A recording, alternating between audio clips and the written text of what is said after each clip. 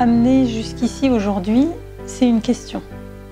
Une question que je me suis posée très tôt dans ma vie.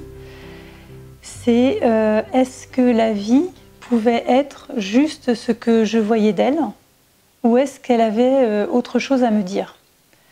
Et comme je suis née dans un contexte difficile, donc dans une famille violente, j'étais confrontée en fait à une réalité qui était juste insupportable.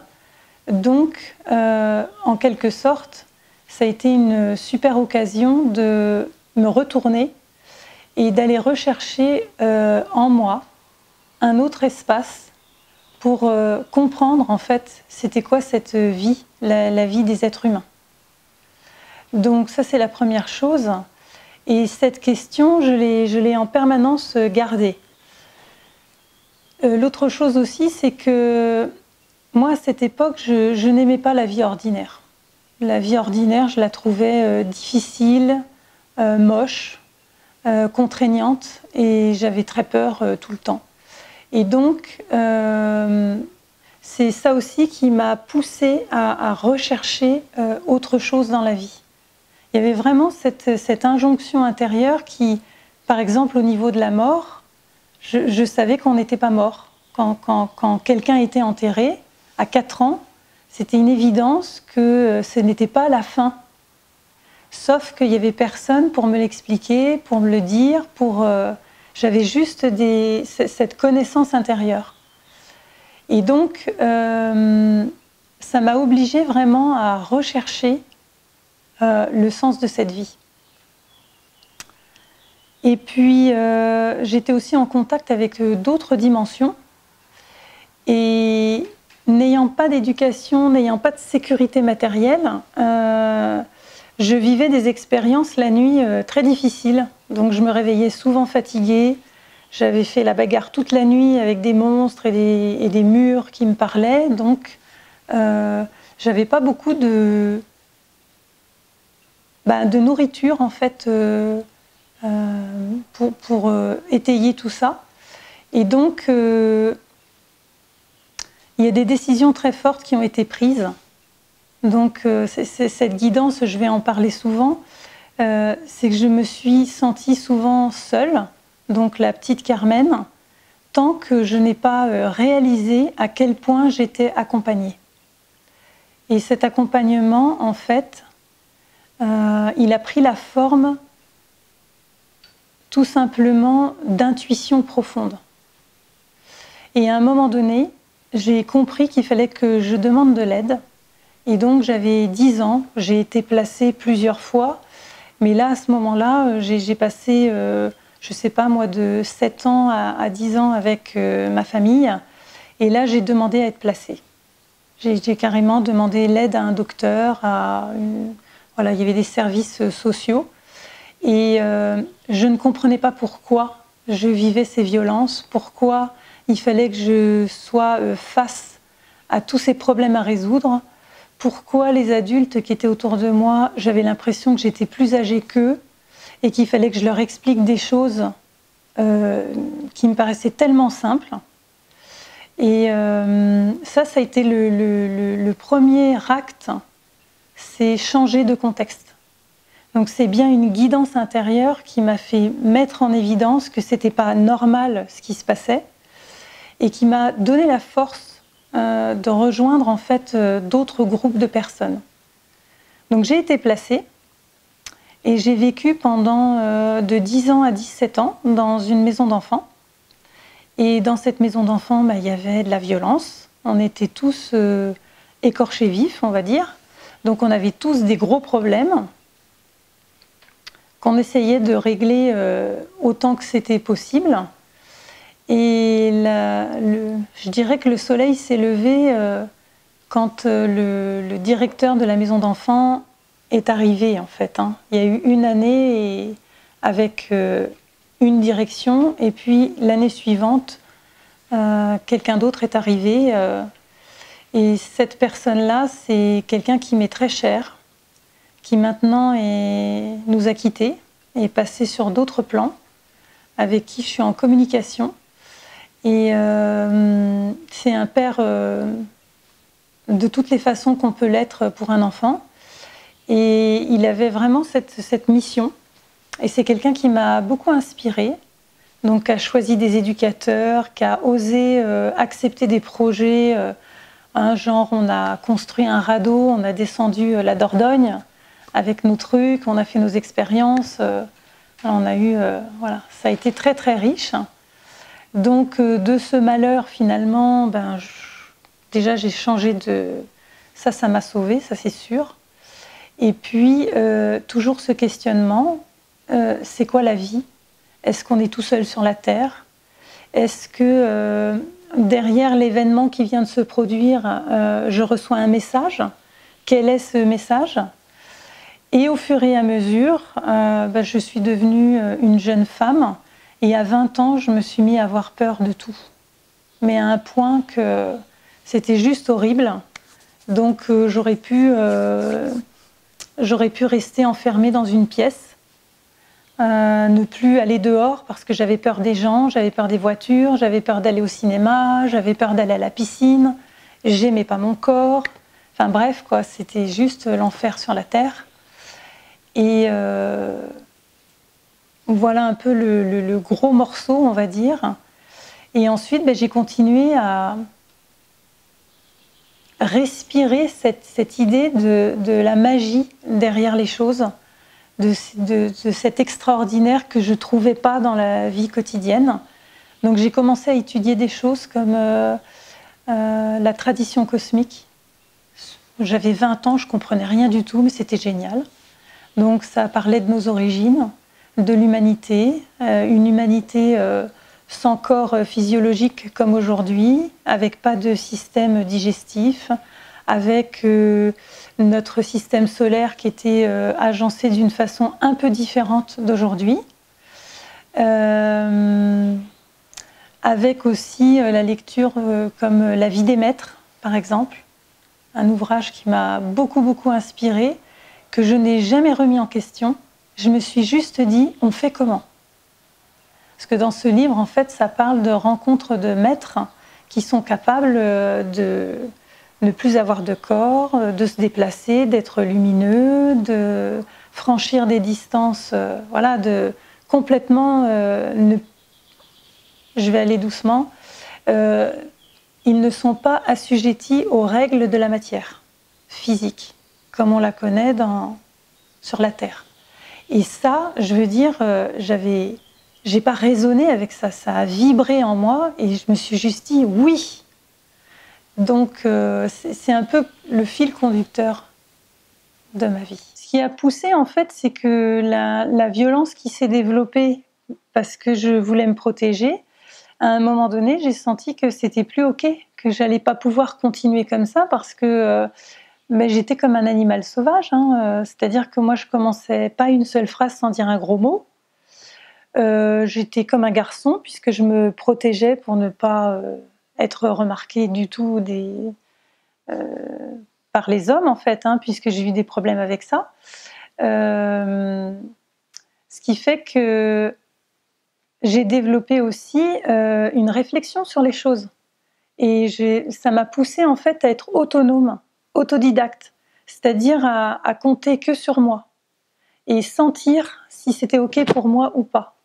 Je trouve que ça c'est le plus grand des trésors parce que il y a beaucoup de choses qui m'inspirent, mais je reviens toujours à est-ce que c'est ok pour moi là maintenant? Est-ce que c'est en adéquation avec ce que je ressens? Est-ce que c'est trop tôt? Est-ce que c'est voilà?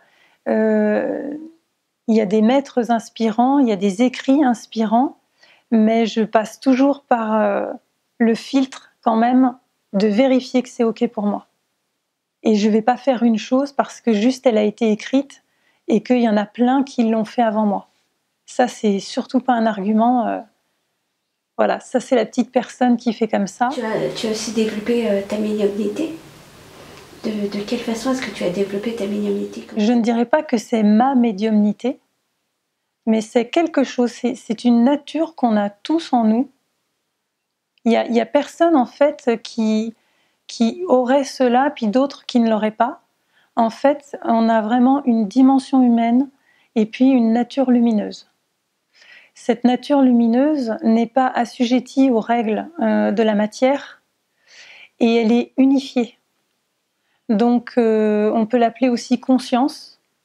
La plupart du temps, on va imaginer que la conscience se loge dans une personne, dans un corps, et puis dans un autre, et encore dans un autre, alors qu'à un certain niveau, ce n'est pas le cas.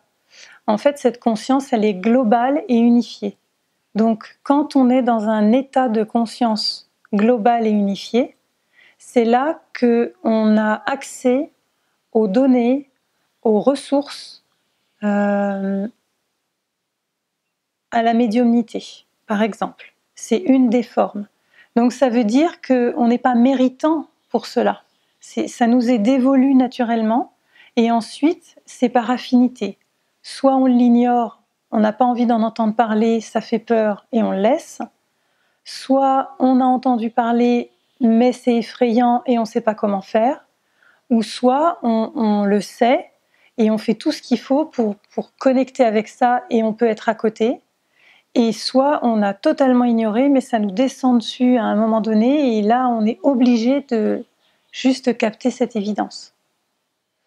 Donc au niveau de cette médiumnité, moi je l'ai beaucoup fermée complètement pour me protéger, puisque enfant je faisais des cauchemars et je pense que j'étais en contact avec des choses pas très sympas.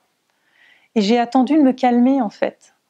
Et aujourd'hui, je ne suis pas effrayée par ce qu'on appelle les poltergeists, les choses comme ça, parce que ce que je crois profondément, c'est que nous avons vraiment cette dimension lumineuse et nous avons, à partir de notre dimension humaine, classifié les choses et on a mis par exemple les anges, les êtres supranaturels, à l'extérieur de nous comme des aides qui viendraient du dehors.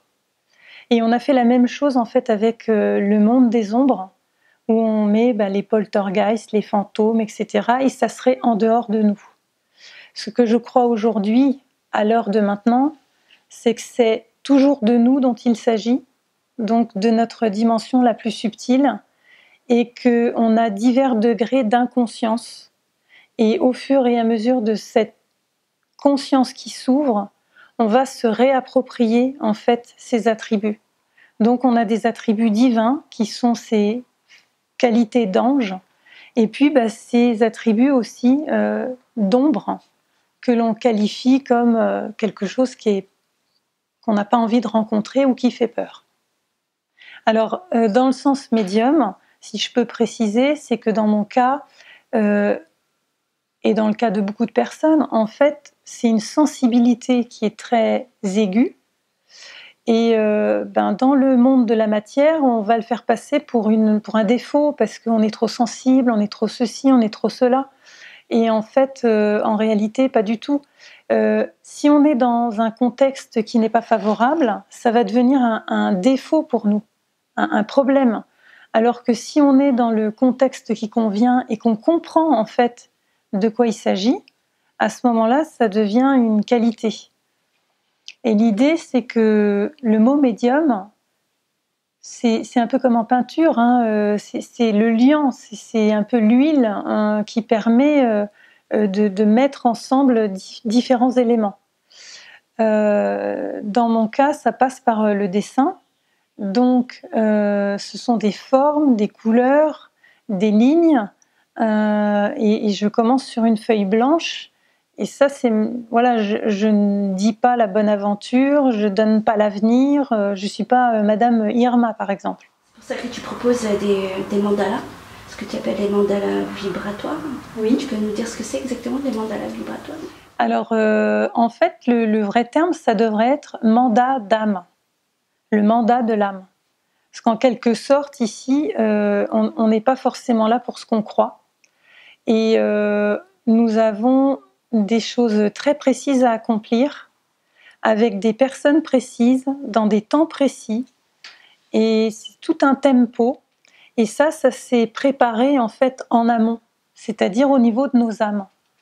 Et la dimension humaine, elle est souvent à la ramasse, et elle est souvent très inquiète et affolée, des élans qui peuvent monter de l'âme. Donc ça, c'est déjà la première chose. Dans ces mandalas, mandala, en gros, je vais traduire en dessin la beauté intérieure de la personne, donc sa dimension lumineuse, sa vibration lumineuse. En fait, j'ai besoin de savoir très peu de choses sur la personne. Je m'occupe ni de psychologie, ni d'analyse, ni de rien du tout de ça. Donc le premier rendez-vous, par exemple, Swan, on se voit aujourd'hui, me suffirait. Parce que ça n'a rien à voir avec ce que le mental va tricoter tout seul dans son coin. Là, en fait, simplement, je suis juste avec Swan, et c'est d'être à être. Donc au niveau factuel, qu'est-ce que ça représente? Je suis devant une feuille blanche, j'ai un compas, un crayon, une règle, et je laisse en fait se dérouler au fur et à mesure sur la feuille les éléments qui veulent bien se présenter. Donc soit je suis poussée à faire un carré ou un triangle ou un serpent, et alors moi je n'ai aucun visu, et tout se révèle au fur et à mesure du cheminement. Donc ça, c'est ce que j'appelle le plan de conscience unifié, parce que là, à ce moment-là, je ne suis pas avec ma tête en train d'aller voir Swan pour avoir des informations. Swan et Carmen sont une même chose. Donc tout ce qui se présente à ce moment-là, mon seul job, c'est de le laisser s'exprimer. Et les couleurs, ensuite, l'étape des couleurs va faire de la même façon. Et pendant cette étape-là, je reçois souvent un message. Donc ça commence par une petite phrase et il y a un petit texte qui arrive et qui va accompagner le mandala. Et cet accompagnement, eh bien, c'est ce que la personne a besoin d'entendre à ce moment-là. Donc à moi de ouvrir open et de laisser la confiance complètement ouverte.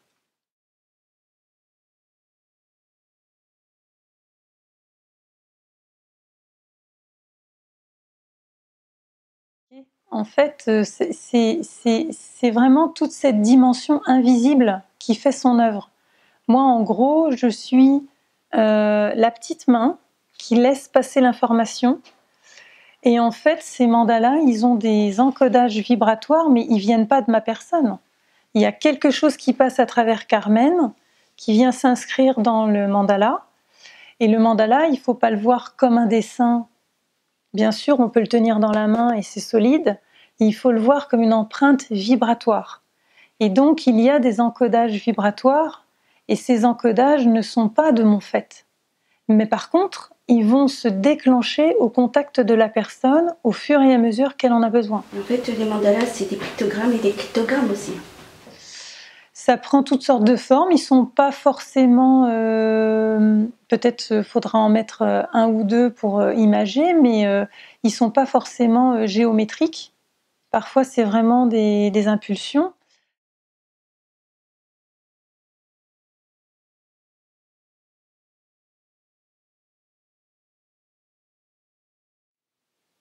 Il y a trois profondeurs en fait. Et le premier, c'est la première profondeur. On est dans le monde de la forme, du volume, de la couleur. Ensuite, dans la deuxième dimension, on est dans le mouvement. Donc, on quitte la forme. Et le troisième, donc les gens peuvent commander ça. Le troisième, là, ça me dépasse. De toute façon, je suis dépassée pour tout. Je suis vraiment juste au service. C'est les fractales. Et mon cerveau ne comprend pas ce qu'il fait. Et je travaille qu'au crayon noir, au stylo à billes, donc c'est un truc tout à fait simple, et papier. C'est tout récent, et en fait, les infos, je les ai qu'au fur et à mesure. J'ai pas prévu ça, de faire tout ça.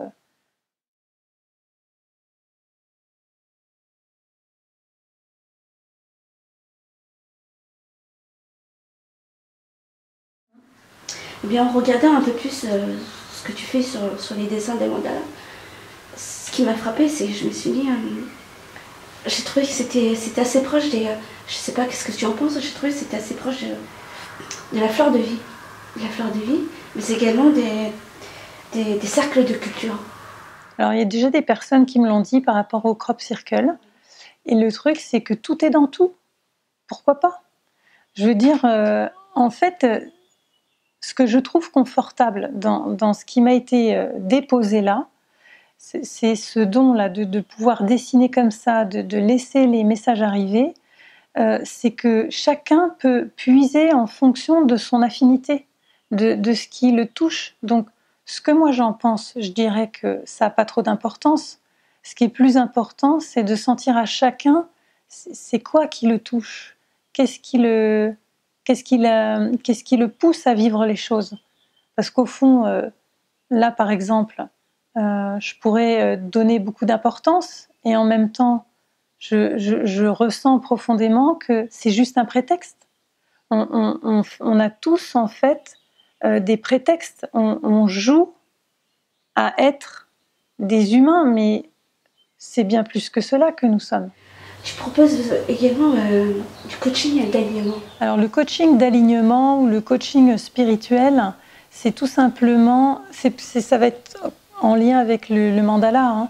C'est vraiment cet aspect d'être au contact de sa véritable nature et donc de pouvoir vivre son existence à partir de cette sagesse intérieure plutôt que de subir en fait cette vie en essayant à droite, à gauche, de se cogner un peu partout. L'expérience qui est la mienne, c'est pas forcément des formations en veux-tu, en voilà, c'est vraiment empirique. Et je me suis rendu compte que tout cet extraordinaire que je recherchais dans des choses un peu magiques, je l'ai au quotidien aujourd'hui, puisque je réalise que la seule chose qu'on a à faire, c'est de laisser en fait la vie se vivre en nous. Et elle nous pousse en fait, elle nous emmène vers certaines choses, vers certaines opportunités. Et j'ai rencontré, là, bon, ça fait déjà un moment que je coach, j'ai rencontré des personnes qui sont établies, qui ont réussi dans leur, je dirais, horizontalité. Donc elles ont des métiers où elles sont bien rémunérées, elles ont de la notoriété. Et en fait, il manque quelque chose. Et ce qu'il manque, en fait, eh ben, c'est l'essentiel. Ramener à l'essence du ciel. C'est vraiment, que ce soit les mandalas ou les coachings, c'est vraiment de ramener à l'essentiel. Parce que qu'est-ce qu'on va emmener dans cette vie? Qu'est-ce qu'on croit qu'on peut emporter de cette vie-là dans le passage suivant? Qu'est-ce qui est si important que ça au final? Alors les accompagnements intégrales, c'est quand la personne choisit d'avoir son mandala et d'être en plus accompagnée de séances de coaching. Donc là, on est dans une globalité avec différents aspects, en sachant que le mandala, il permet aussi de se connecter à un autre rythme et très précisément pour la personne. En fait, il existe des lois naturelles. Ces lois naturelles, j'en ai relevé 12. Il y en a qu'on connaît, comme par exemple, je récolte ce que je sème. D'ailleurs, à ce sujet-là, oui, j'ai vu que tu as une chaîne YouTube. Oui. Tu as ta propre chaîne. Tu as fait une vidéo justement qui s'intitule « Je récolte ce que je sème ». Également, la gratitude élève la conscience, l'amour inconditionnel. C'est toujours en partant du principe que nous avons une dimension humaine limitée qui est en état de survie permanent avec un espèce de minuteur qui dit il y a un début et une fin. Et tout est conditionné par ce début et cette fin. Et dans le même temps, on a cette dimension illimitée qui, elle, n'est assujettie à rien du tout de cela. Donc ça, c'est invisible. Donc quand je sème, parfois je ne suis pas conscient que je suis en train de semer quelque chose. Exemple, j'ai un rendez-vous important, j'ai décidé un projet, mais en amont, je suis inquiète. Hein, j'ai des doutes, je me demande comment ça va se passer, et puis avant j'ai eu d'autres expériences, donc j'ai cette énergie-là qui est présente. Je me présente au rendez-vous, et patatras, ça se passe juste pas comme j'avais envie. Donc là, on peut dire que j'ai récolté ce que j'ai semé, parce qu'en amont, j'ai d'abord, sans le savoir, semé du doute, de la peur, Et donc, une fois que j'arrive au rendez-vous, j'ai le résultat de ce que je viens de semer. Parce que les choses, c'est comme s'il y avait un décalage entre le moment où je vis quelque chose et le moment où je l'envisage. Mais ce moment où je l'envisage n'est pas neutre. Il est teinté de l'état d'esprit dans lequel je suis. Et comme je suis beaucoup plus que le corps que j'habite, beaucoup plus que cette dimension limitée, sans me rendre compte, juste en tournant mon attention dans un focus particulier, la peur par exemple, eh bien je vais la créer en fait, je vais la faire devenir plus intense et je vais avoir la preuve de ce que j'avance, le résultat en fait. Tu parles souvent, tu développes souvent la vie quotidienne et la vie spirituelle que tu développes assez dans tes vidéos, mais également dans les web conférences. Tu parles également de transpersonnel. Tu dis que la transpersonnelle, c'est au-delà du personnel, c'est au-delà de la psychologie. Est-ce qu'on peut dire aussi c'est tout simplement métaphysique aussi? Oui, tout à fait. Oui, c'est à un moment donné où je cherchais quel terme je pouvais utiliser, parce que cette idée-là de être autodidacte, c'est vraiment quelque chose qui m'a longtemps gênée, parce que j'avais pas de référence, je veux dire, pour appuyer, pour étayer, en fait. Donc il y a des mots qui me parlaient plus. Donc ce mot-là, je l'ai utilisé vraiment pas parce que j'ai étudié ça et que je suis formée au transpersonnel, parce qu'aujourd'hui je sais qu'il y a des formations spécifiques, c'est pas du tout le cas, mais simplement ça me parlait bien parce que c'est au-delà de l'identité humaine.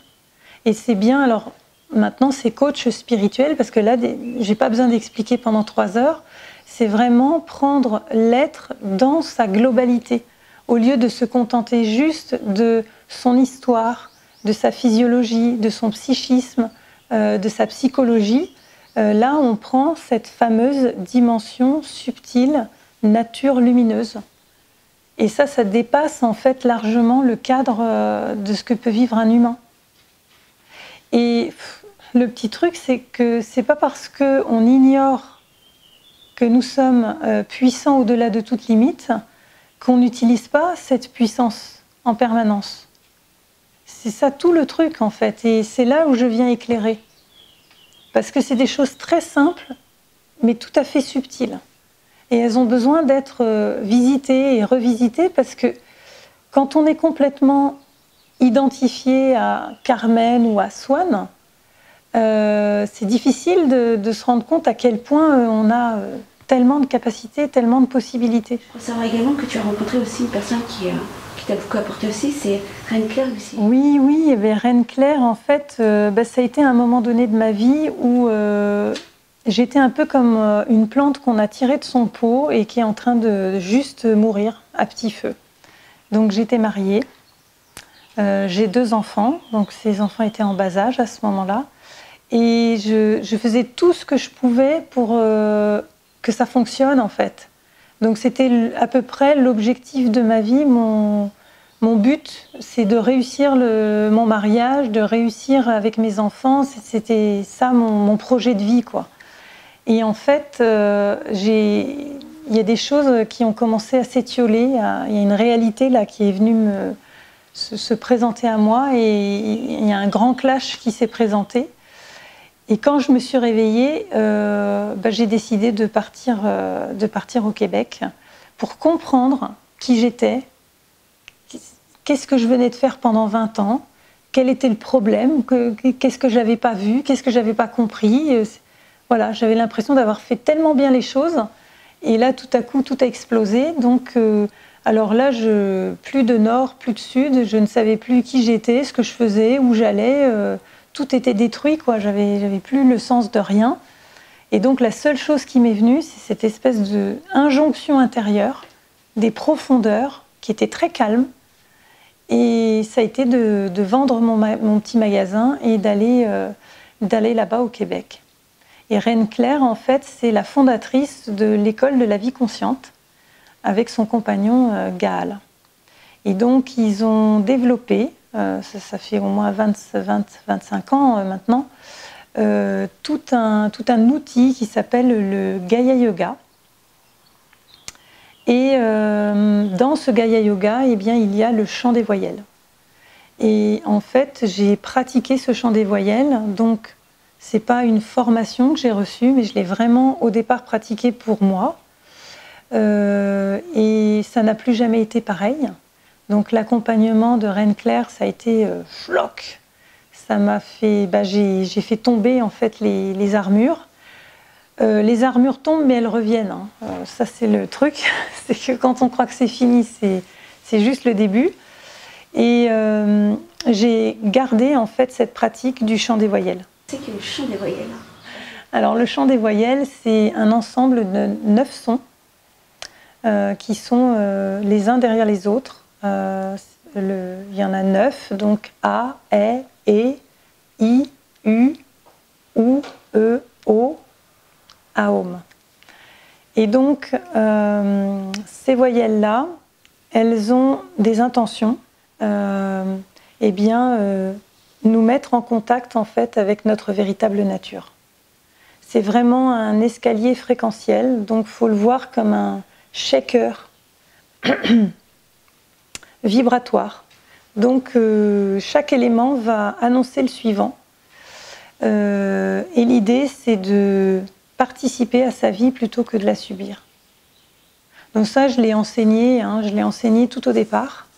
Et puis, je l'ai récemment mis en ligne, en fait. Hein. J'ai fait une formation en ligne. Et là, on revient d'un séminaire en présentiel. Alors pour moi, l'amour, en fait, c'est tout. Et je vais dire que la petite Carmen, au départ, elle a cru que l'amour, c'était avec un homme, c'était avec des enfants, c'était voilà, il y avait des étiquettes en fait. Et ici et maintenant, ce que je dirais, c'est que l'amour, c'est reconnaître ce qui est en train de se jouer là entre deux êtres, ce qu'on va être capable d'offrir ou de retirer, ce qu'on va être capable en fait de regarder en face, d'accueillir.